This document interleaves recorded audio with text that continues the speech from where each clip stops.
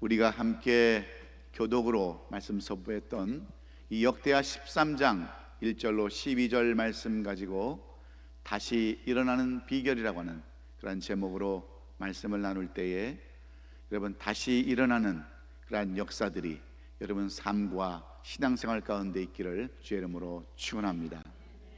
저는 지난 주에 동안 2박 3일 동안 우리 총회 노예 모임을 우리가 주관하면서 참 걱정도 많이 했습니다.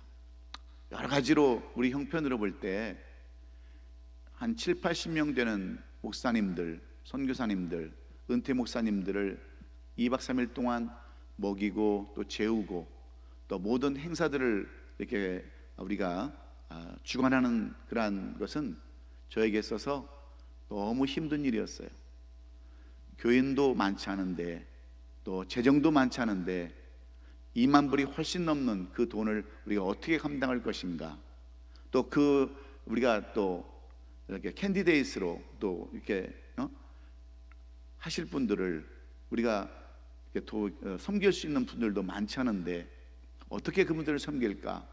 정말 여러 가지로 어려운 점이 많이 있었지만 모든 것을 그대로 받아들이고 또 모든 것을 순종할 때 하나님께서는 조금도 어려움이 없게끔, 우리 재정에 조금도 부족함이 없게끔 다 채워주시고 정말 아름다운 노예로, 그분들이 칭찬하는 노예로, 하나님이 영광 받으시는 노예로 우리 노예를 섬겨주신 줄로 믿습니다. 우리가 이 세상을 살아가다 보면 때로 어려운 일을 당하고 또 소중한 것을 잃을 때가 참으로 많이 있습니다. 그래서 주저앉고 싶고 포기하고 싶을 때가 참으로 많이 있는데 우리는 그럴 때 이 어려운 문제들을 어떻게 대처하며 나아갈까요? 크게 두 가지의 반응이 나타나는 것을 우리가 볼 수 있는데, 하나는 저항이라는 것이요, 또 하나는 수용이라고 하는 두 가지 형태로 이렇게 사람들을 구분해 볼 수 있습니다. 그런데 저항이라는 것은 왜 나에게 이런 일이 일어나야 했는가 하면서 온 세상을 향해 분노를 품고 좌충우돌하는 것이 여러분 저항입니다. 그런가 하면 지금 우크라이나 사태처럼 왜 우리나라를 침공해서 우리나라를 합병하려 하는가, 왜 우리나라를 민주주의 국가에서 공산주의로 바꾸려 하는가 하는 그러한 것에 대해서 불의에 맞서서 싸우는 것도 또한 저항입니다. 그런데 수용이라고 하는 것은 모든 어려움과 불행을 담대히 받아들이는 것이 바로 수용이에요. 그렇다면 우리가 어려움을 만날 때 저항하는 것이 옳을까? 아니면 수용하는 것이 옳을까? 어떤 것이 옳을까? 물론 저항할 필요가 있을 때 저항하고 수용할 때 수용하는 것이 그럴 때도 있겠지만, 이런 갈등 앞에서 우리는 무엇을 선택해야 되고 어떻게 대처해야 되는가, 그것을 몰라서 방황하며 갈등이 될 때 우리는 그 해결 방법이 무엇인가를 찾아보고 오늘 이 말씀 속에서 은혜를 찾아보기를 원하는 것입니다. 여러분, 우리가 타고 다니는 그 자동차 타이어가 오랜 시간을 견디는 까닭을 여러분은 아십니까? 처음에 자동차의 타이어를 제조하는 업자들은 도로의 충격을 저항하는 그런 타이어를 만들었다고 그래요. 그런데 그런 타이어는 얼마 가지 못해서 갈기갈기 찢어지고 말았습니다.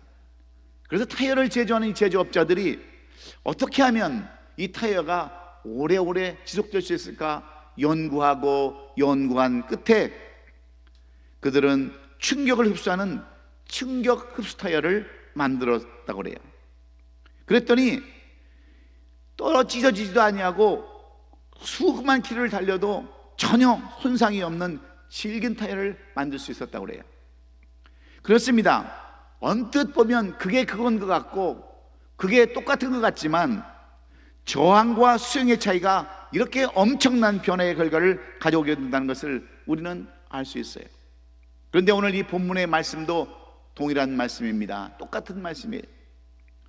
이스라엘의 네 번째 왕인 르호보암의 뒤를 이어서 그의 아들 아비야가 유다 왕이 됩니다. 왕으로서 임무를 채 파악하기도 전에 그에게 엄청난 어려움이 닥쳐요. 아마 그는 자기 아버지보다 더 자기가 잘할 수 있다고 하는 그런 생각이 들었을지도 모릅니다. 하지만 왕이 되자마자 큰 문제가 닥쳐옵니다. 본문 1절로 2절에 보면 여로보암 왕 18번째에 아비야가 유다 왕이 되고 예루살렘에 3년 동안 다스리니라. 그의 어머니의 이름은 미가요 기브의 사람 우리아의 딸이더라. 아비야가 여호와와 더불어 싸웠다라고 이렇게 기록하면서 당시의 배경과 상황을 이렇게 기록해 놨습니다. 르호보암과 여로보암 사이에 항상 전쟁이 있었는데 르호보암이 죽고 난 다음에는 그 후에도 계속해서 이 전쟁이 지속됩니다. 그런데 르호보암 때는 이곳저곳 국경지역에서만 작은 충돌이 있었을 뿐 산발적인 그러한 대립이 있었을 뿐 이렇게 크게 전쟁으로 다가오지는 않았었어요. 그야말로 그래서 동족끼리 죽기 살기로 싸우는 그 전쟁이 터진 이때에 군사적으로 아비야의 유다 군대는 여로보암의 군대에 비하면 아주 열세했습니다. 지금 러시아와 우크라이나의 전쟁과 똑같은 그런 전쟁이었어요. 우리가 3절에 보면 이렇게 기록되어 있습니다. 아비야는 싸움에 용감한 군사 40만 명을 택하여 싸움을 준비하였고 여로보암은 큰 용사 80만 명을 택하여 그와 대진한지라 이렇게 써놨습니다. 당시 두 지파밖에 없었던 그 유다군의 수는 40만 명이었고 10개 지파를 모아서 다스렸던 여로보암의 군대는 80만이의 군사가 서로 싸우려고 이렇게 대진하고 있었다고 하는 그런 내용입니다. 그뿐만 아니라 르호보암 제5년에 유다 왕 당시 세계 최대 강국인 애굽과의 전쟁에서 큰 피해를 입었습니다. 르호보암이 17년 동안 다스렸으니까 애굽에 침공이 있은 지 12년 정도 지나가지고 아들 아비야가 왕이 되었는데 그 후에 북이스라엘과의 전쟁이 시작되었으니 군사력이 이제 회복되지 않은 그런 때였습니다. 왕이 된 지도 얼마 되지 않았고 전쟁 경험이 극히 부족한 그러한 이 아비야는 노련한 전쟁의 전략과 여로보암을 상대로 해서 큰 전쟁을 벌이지 않으면 안 되는 그런 상황에 빠져 있는 겁니다. 그런데 막상 전쟁에 들어가기 전 아비야는 적군들에게 큰 소리로 연설을 하죠. 4절에 그 내용이 기록되어 있습니다. 아비야가 에브라임 삼중 스마리아 산 위에서 일어서서 이르되 여브람과 이스라엘 무리들아 들으라 하고 이렇게 연설을 시작하는 거예요. 예전에는 적과 싸움에 전쟁을 할 때 분명한 명분을 제시하기 위해서 우리는 이렇게 해서 싸운다, 무엇 때문에 싸운다고 하는 것을 그 적들에게 선포를 했어요. 그리고 우리가 전쟁해야 되는 이유는 이런 것이다 하면서 자기 백성들에게, 자기 구인들에게는 사기를 충전하기 위해서 이런 연설을 한 거예요. 이게 4절의 그러한 말씀입니다. 그러한 연설을 통해서 자기 구인들에게 자기들의 의로운 전쟁을 하는 거라는 것을 자신감을 보여주고 상대의 마음을 유축시키는 그러한 효과를 줄 수 있기 때문에 이렇게 연설을 합니다. 여기서 우리는 어째서 두 지파밖에 안 되는 그 유다 지파와 10지파가 모여서 북이스라엘을 만든 그러한 북이스라엘의 그 나라가 어떻게 전쟁에서 유다가 승리를 하고 다시 일어날 수 있었는가? 이렇게 열세임에도 불구하고 전쟁에 승리해서 다시 일어날 수 있는 그 비결이 어디에 있는가를 오늘 본문은 우리에게 말씀해 주고 있는 거예요. 우리는 여러분 어떤 삶을 살아갑니까? 날마다 영적 전쟁으로 우리는 살아갑니다. 그래서 영적 전쟁을 할 때 너무 연약한 우리들의 삶이에요. 마귀는 오늘도 우는 사자처럼 삼킬자를 향해서 찾아대고 있을 때에 우리는 얼마나 연약한 삶을 살아갑니까? 마귀의 싸움을 지금 우리는 살아가고 있는데 우리가 어떻게 그 영적 전쟁에서 이길 수 있고 다시 일어날 수 있는가를 우리는 오늘 이 말씀 통해서 배우기를 원합니다. 그러면 우리가 영적 그러한 전쟁에서 승리하려면, 영적으로 우리가 빈약한 가운데도 이기려면 어떻게 해야 되는가? 첫째는 있는 그대로 받아들이고 우선순위를 차려야 된다라고 오늘 본문 2절로 4절은 말씀하고 있습니다. 솔로몬의 아들 르호보암은 통일된 이스라엘의 10지파를 모아서 부왕궁을 만들어 분열시키고 떨어져 나가는 여로보암을 볼 때 분노하는 마음이 들끓었습니다. 그리고 제정신이 아니었어요. 12지파 중에 겨우 남은 것은 2지파뿐이었을 때 그는 참을 수가 없었습니다. 그래서 그는 모든 것을 원점으로 돌려놓기 위해서 전쟁을 준비하죠. 어려움을 만나고 문제를 맞을 때 그는 저항하는 편을 택했습니다. 그런데 하나님께서는 어떻게 말씀합니까? 저항하지 말고 모든 것을 받아들여라 말씀하는 내용이 역대하 11장 1절에 기록되어 있어요. 르호보암이 예루살렘에 이르러 유다와 베냐민 족속을 모으니 택한 용사가 18만 명이라 이스라엘과 싸워 나라를 회복하여 르호보암에게 돌리려 했다고 이렇게 써놨지 않습니까? 그때 하나님께서는 11장 2절로 4절에서 이렇게 말씀해요. 여호와께서 말씀하시기를 너희는 올라가지 마라. 너희 형제와 싸우지 말고 각기 집으로 돌아가라. 이 일이 내게로 말미암아 난 것이라 하셨더라 하신지라. 그들이 여호와의 말씀을 듣고 돌아가고 여로보암을 치러 가던 길에서 되돌아왔다 이렇게 얘기했습니다. 어려움을 만나고 환난을 만날 때 그들과 저항한 것이 아니라 하나님의 말씀에 따라서 수용했다고 하는 거예요. 그래서 있는 그대로 받아들이고 우선순위를 찾는다고 하는 것은 무슨 말씀인가 하면 하나님의 뜻이 어디 있는가를 그들은 먼저 찾았다고 하는 거예요. 어려움이 오고 환난이 오면 우리는 하나님의 뜻이 어디 있는가를 우리는 알아야 합니다. 사랑하는 성도 여러분, 여러분들도 소중한 것을 잃으신 적이 있는 분들이 많으실 겁니다. 원통함을 입은 적이 있는 사람들도 많으실 거예요. 사랑하는 가족들의 죽음, 그리고 잃어버린 재산, 실추된 명예, 빼앗긴 건강, 친구 등등 잃어버린 것들 때문에 아직도 그 끈을 놓지 못하는 사람들이 우리 가운데는 많이 있습니다. 그래서 그 아픔과 슬픔 때문에 저항하면서 왜 나에게 이런 일들이 일어났느냐고 여러분 원망하지 마시고, 어렵겠지만 힘드시겠지만 엎질러진 물을 담으려고 애쓰지 마시기를 주의 이름으로 축원합니다. 왜냐하면 이 모든 일에는 하나님의 뜻이 담겨져 있기 때문에 그렇습니다. 어떤 부모가 자식이 먼저 가는 것을 기뻐할 부모가 어디에 있겠습니까? 예? 우리 그 말에 자식이 죽으면 어디에 묻어요? 예, 가슴에 묻어요. 남편이 죽으면 들에 묻어요. 그게 사람들이에요. 그런데 자식이 먼저 갔을 때 사람들은 그렇게 착각을 합니다. 무슨 죄를 지었길래 자식이 먼저 가냐고. 여러분, 그게 맞는 얘기예요? 여러분, 하나님은 어떤 사람들을 먼저 데려가시는 줄 아세요? 착하고 순하고 복종자라고 그런 사람들 세상에 놔봐야 고난당하고 어려움당하고 힘드니까 먼저 데려가는 경우 수특히 많이 봤어요. 어린아이들이 무슨 죄가 있어요? 애가 태어나자마자 죽는 것은 무슨 죄가 있어서 걔들이 먼저 갑니까?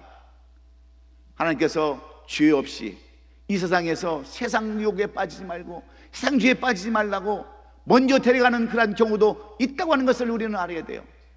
그래서 먼저 보낸 그 가족들, 보낸 어머니, 아버지, 부모들을 보면서 우리는 죄가 많아서 그런 것이 아니라 하나님의 뜻이 있음을 우리는 알아야 돼요. 믿습니까? 제가 이렇게 말씀드린다고 해서 인생을 아예 포기하라는 말씀이 아닙니다. 잃어버린 그 상태에서 다시 일어나 시작해야 된다고 하는 그런 말이에요. 이렇게 이대로 끝맺을 수는 없다라고 쉴 수 있다고 한다면, 희망의 불꽃을 피울 수 있다면 우리는 반드시 회복될 수 있는 줄로 믿습니다.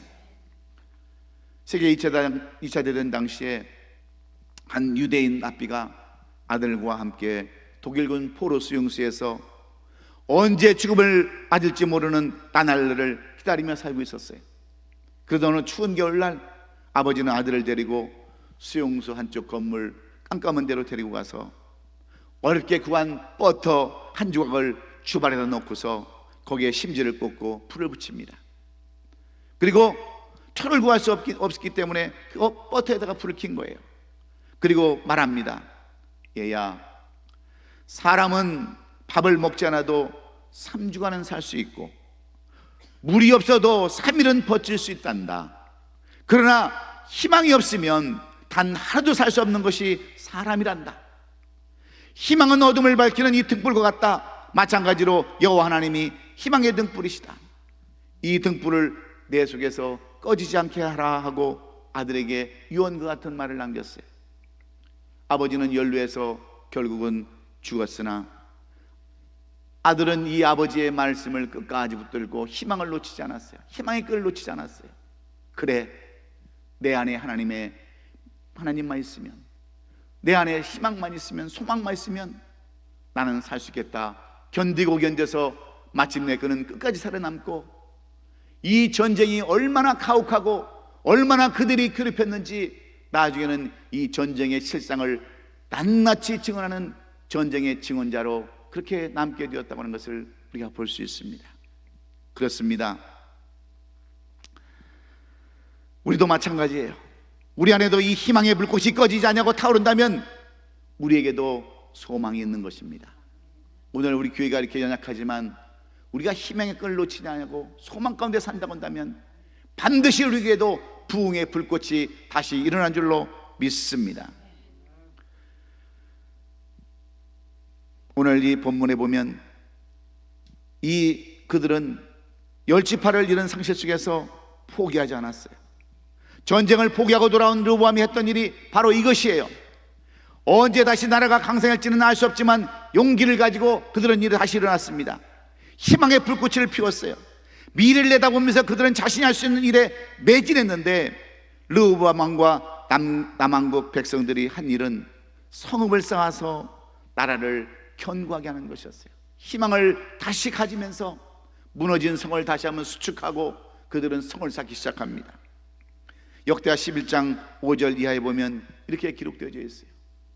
르호보암이 예루살렘 살면서 유다 땅에 방비하는 성읍들을 건축하였으니 하면서 이런 성들을 다시 재건했다라고 이렇게 써놨습니다. 그들은 잃어버린 열지파 때문에 계속 울분을 품고 저항하지 않았어요. 힘들었지만 현실을 있는 그대로 받아들이고 성읍을 쌓았는데 그것이 나중에 잃어버렸던 것을 다시 찾는 길이었다고 하는 것을 오늘 우리는 잊지 말아야 합니다. 사랑하는 성도 여러분, 여러분은 무엇을 잃어버리셨나요? 재물을 잃어버리셨습니까? 다시 나가서 일터로 나가시면 되는 거예요. 명예를 잃으셨나요? 다시 성실한 삶을 통해서 명예를 회복해 나가시기 바랍니다. 사랑하는 가족을 잃으셨나요? 다시 사랑할 사람들을 만나시기를 바랍니다. 갈빈 선생은요, 자기 아들이 죽은 후에 그렇게 생각을 했어요. 온 세상에 있는 아들들이 다 내 아들이다 라고 하면서 믿음의 아들들을 사랑했다라고 그렇게 이야기하고 있어요.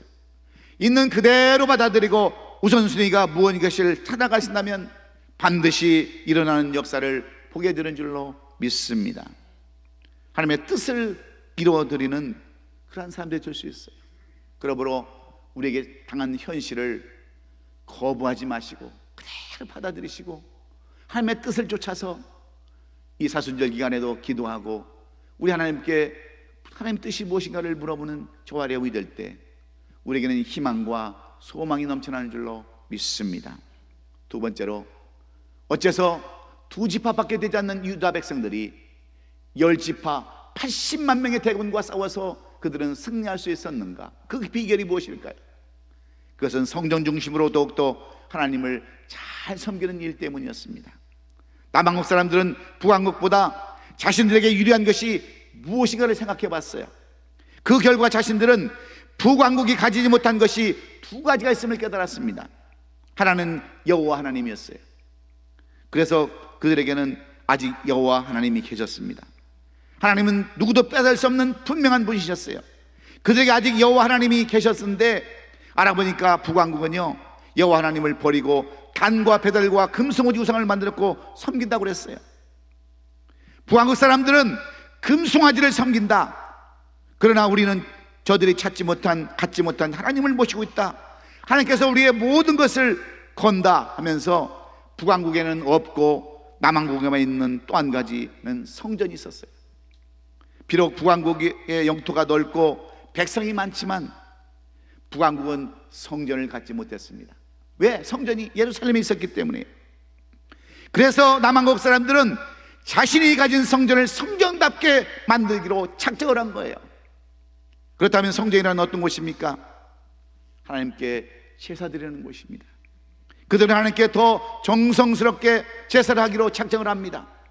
제사를 드리려면 제사장이 필요했고 돕는 사람들이 필요했는데 제사장은 아무나 하는 게 아니었습니다.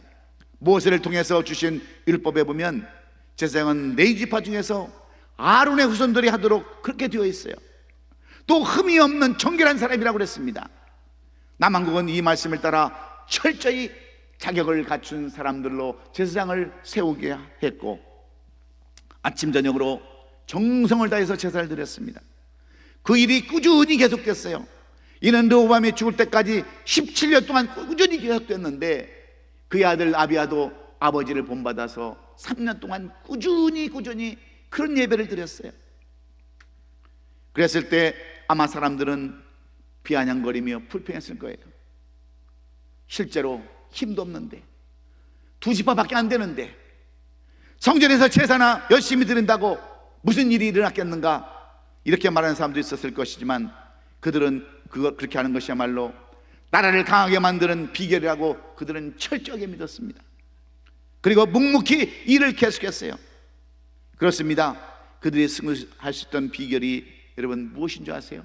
첫째는 여호와 하나님만 의지했기 때문입니다. 이제 그게 약한 그들이 강한 적을 이길 수 있었던 비결이었습니다.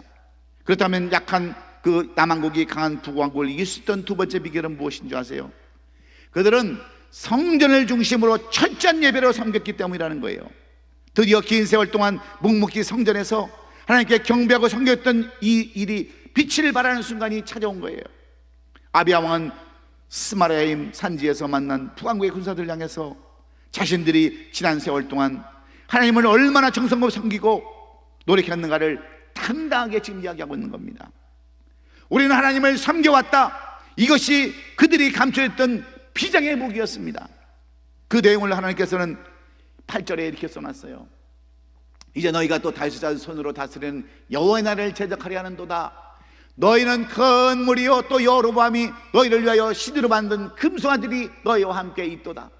우리는 하나님을 섬기지만 너희는 금송아지를 우상으로 섬기는 너희가 아니냐 그랬어요. 그리고 제사장 문제도 마찬가지 아닙니까? 9절에 너희가 아론의 자손 여호와의 제사장들과 레위 사람들을 쫓아내고 이방 백성들의 풍속을 따라 제사장을 삼지 아니했느냐? 누구를 막느라고 어린 양 수송아지 한 마리와 수양 7마리를 끌고 와서 장립을 받고자 하는 자마다 허무한 신들의 제사장일 수 있도다. 우리는 아무나 제사장을 세우는 것이 아니라 자격이 있는 사람들, 레위 족속들만 통해서 제사장을 삼고 그냥 예배 드리는 것이 아니라 정성을 다해서 예배를 드리는데, 너희 북이스라엘 왕국은 어떤 사람을 제사장으로 삼느냐?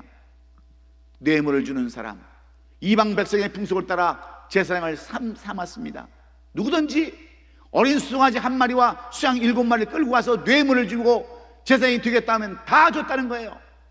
너희와 우리가 다른 점이 바로 이런 점이라고, 이렇게 지금 아비야는 그들에게 선포하는 겁니다. 뿐만 아니라 11절에 보면 어떻게 합니까? 우리는 매일 아침 여호와 앞에 번제를 드리고 분향하며 깨끗한 상에 진설병을 놓고 금증단대가 있어 그 등에 딸 명마다 불쾌하니 우리는 우리 하나님 여호와의 계명을 지키나 너희는 그를 배반했다. 우리는 날마다 전심으로 예배하고 찬양하고 그 하나님을 높였지만 너희는 우리 하나님을 배반한 그러한 민족 아니냐 하면서 아비야가 이렇게 연설을 하는 거예요.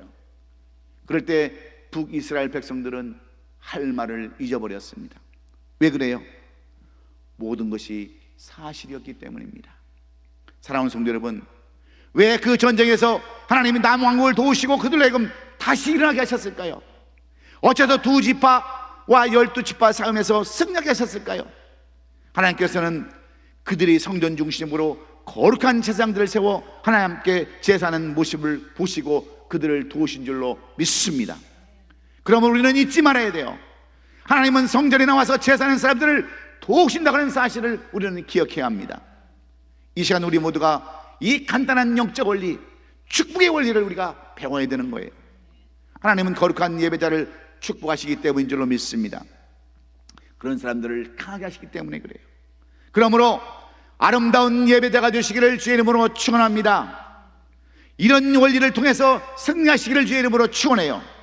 그래서 우리는 두 가지를 잘해야 되는데, 첫째는 좋은 제사장이 있어야 됩니다. 좋은 제사장은 여러분 누군지 아세요? 여러분들은 좋은 제사장 그러면 오늘날 목회자로 생각을 해요.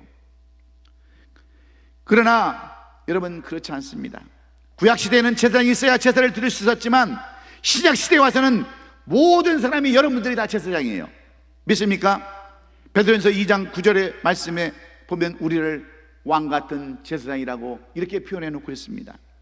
그러므로 우리 자신이 제사장이 되어야 돼요. 여러분 개개인이 자신을 위한 제사장이 되어야 마땅하다는 겁니다. 자기를 갖춘 제사장이 되세요. 거룩하고 정결한 제사장이 되면 그때부터 하나님이 역사하신다고 하는 사실을 잊지 마시기를 주의 이름으로 축원합니다. 둘째는 예배에 목숨을 걸고 정성껏 드려야 돼요. 이를 위해 다음과 같이 하십시오. 우선 예배에 잘 참석해야 합니다. 모든 예배에 다 참석해요. 할 수 있다면 새벽 기도도 나와야 됩니다. 그리고 할 수 있다면 여러분 최선을 다해서 예배에 중심을 놓고 여러분 살아야 됩니다. 지금까지 예배 나오지 않으면서 믿음이 좋은 사람 저 본 적이 없어요. 예배도 참석하는 사람이 무슨 믿음이 있겠어요? 믿음이라고 하는 것은 여러분 보이는 것의 실상이 아니에요. 실상이에요. 우리가 정말 아무런 어려움이 없어도 와서 예배를 드리는 사람이 믿음을 보이는 거지, 말로만 여러분 아무리 신앙이 있으면 뭐 하겠습니까? 그런데 이 팬데믹 사태에 보면 어떤 사람이 진짜인지 가짜인지 우리는 다 알 수 있어요. 자식들이 비록 아버지 어머니 지금 이 시대가 어느 시대인데 교회를 나가십니까? 코로나 걸려서 지금 다 돌아가시는데 여러분 우리 인생 얼마 남았습니까? 어차피 갈 인생인데 하나님 앞에 성실한 마음으로, 의로운 마음으로 마지막까지 예배하다가 주님 부르시는 날 가는 것이, 그것이 영광이지. 안 그래요? 그 집에서 조금 쉬면, 집에서 좀 더 쉬면 그게 은혜가 되겠습니까? 그래서 하나님은 이렇게 예배하는 자를 찾으신다고 하는 거예요. 예배하는 자를 하나님께서 축복해 주시기 원하신다는 거예요. 이스라엘 백성들, 특히 유다 백성들은 하나님 앞에 예배 드리는 것이 얼마나 귀중한가를 그들은 깨닫고 아침 저녁으로 진설병을 차려놓고 하나님 앞에 예배했다고 하는 거예요. 그러니까 하나님께서 그들을 도우셨습니다. 우리는 토니 텐이라고 하는 사람이 하나님의 굶주린 예배자라는 책에서 우리가 어떻게 예배를 드려야 되느냐, 마치 굶주린 사람이 음식을 찾듯이 예배도 그렇게 찾아야 된다라고 여러분 말씀하고 있어요. 여러분 굶주려 봤습니까? 저는 40일 금식 기도는 안 했어요. 정말 교회를 놓고 기도할 때 39일 반나절만 했습니다. 그런데 금식을 해보면 얼마나 배가 고픈지, 1km 떨어진 데서 라면 끓이는 냄새가 후각이 발달해가지고요, 그 냄새를 맡을 수 있어요. 햄버거 집에서 햄버거 굽는 냄새까지 다 맡을 수 있습니다. 그런데 그 굶주린 마음으로 기도를 사모하고요, 그 굶주린 마음으로 음식을 사모하는 그러한 마음으로 예배도 그렇게 하라는 거예요. 예배도 마치 굶주린 것처럼, 그렇게 예배에 굶주린 것처럼 하면 그것을 하나님께서 받으신다고 하는 거예요. 여러분도 예배에 굶주린 사람들처럼 예배에 참여하시기를 주의 이름으로 축원합니다. 마치 구경꾼처럼 이런 이유 저런 이유로 그렇게 살면 하나님의 역사가 일어나지 않는다고 하는 겁니다. 그러므로 이 산수절 기간에도 예배에 집중하고 올인하는 우리 모든 성도들 될 수 있기를 주의 이름으로 축원합니다. 마지막으로 어떻게 유다 백성 두 지파가 40만 밖에 되지 않는 이러한 나라가 10지파 80만 명의 대군을 이길 수 있었는가? 오늘 성경은 부르짖어야 한다라고 말씀하고 있어요. 기도해야 된다고 말씀하고 있어요. 이 말씀은 아비아가 어려움을 당할 때 무엇보다도 하나님 앞에 기도로 나갔다고 하는 그러한 말씀입니다. 우리가 읽지는 않았지만 13절과 14절의 말씀에 이렇게 써놨어요. 여로보암이 유다의 뒤를 둘러 복병하였으므로 그 앞에는 이스라엘 사람들이 있고 그 뒤에는 복병이 있는지라. 유다 사람이 뒤를 돌아보고 자기 앞뒤에 적병으로 말미암아 여호와께 부르짖고 제사장들은 나팔을 부니라 그랬어요. 아비야는 유다 백성들을 치려고 그들 뒤에 복병을 두었습니다. 유다 백성을 두었던 아비야가 아니죠. 여로보암이 이 유다 백성들을 치려고 복병을 두었어요. 꼼짝없이 당할 수밖에 없었던 그런 환경과 처지 가운데 있었을 때 그들은 절대절명의 위기에 빠지고 말았습니다. 그래서 그들이 한 일이 여러분 무엇인지 아십니까? 바로 하나님 앞에 기도로 나가는 일이었어요. 그들은 전략을 짜지 않았습니다. 군대를 다시 재정비하지 않았어요. 어떻게 하면 이길까 군사작전을 짜지 않았습니다. 회의도 안 했어요. 즉시 모든 백성들이 기도로 나갔다는 사실을 오늘 성경은 우리에게 보여주고 있는 것입니다. 그러자 15절에 어떤 일들이 일어났습니까? 유다 사람이 소리 지를 때에 하나님이 여로보암과 온 이스라엘 아비야와 유다 앞에서 치셨다 그랬어요. 하나님 앞에 모든 것을 맡기고 기도하는 그 유다 백성들 앞에서 하나님이 직접 나서셔서 이 여로보암의 군대 북이스라엘을 치셨다라고 성경은 그렇게 말씀하고 있습니다. 기도하는 것 외에는 다른 방법이 없습니다. 왜 그래요? 모든 전쟁은 다 하나님의 손에 속해 있기 때문에 그래요. 영적 현대도 마찬가지입니다. 다 하나님의 손에 다 달려있기 때문에 그래요. 그래서 환난을 당했거든 여러분 하나님 앞에 부르짖으십시오. 그 길만이 사는 길입니다. 하나님의 도우심을 받는 길이기에 이 사순절 기간에도 기도하시는 저와 여러분 될 수 있기를 주의 이름으로 축원합니다. 이제 말씀을 정리하기 원합니다. 통일된 이스라엘을 분열시키고 열 지파를 선동시켜서 북이스라엘 만든 후에 끊임없이 시집하는 여로보암에 대하여 분노하고 정하던 아비야는 하나님의 말씀에 따라서 모든 것을 수용을 합니다. 그랬을 때 이 아비야는 어떤 방법으로 나갔습니까? 저항하지 않냐고 하나님 말씀 그대로 수용을 하면서 있는 그대로 받아들이고 우선순위를 찾았어요. 정전을 중심으로 더욱더 하나님을 잘 섬겼습니다. 하나님께 그리고 부르짖었어요. 그럴 때 하나님께서는 오늘 본문 20절에서 이렇게 써놨어요. 야비야 때에 여로보암이 다시 강성하지 못하고 여호와의 치심을 입어 죽었다. 다시는 여로보암이 이 르호보암의 나라 북남유대 아비야 왕을 치지 못하고 결국은 죽었다라고 끝을 맺었다라고 이렇게 써놨어요.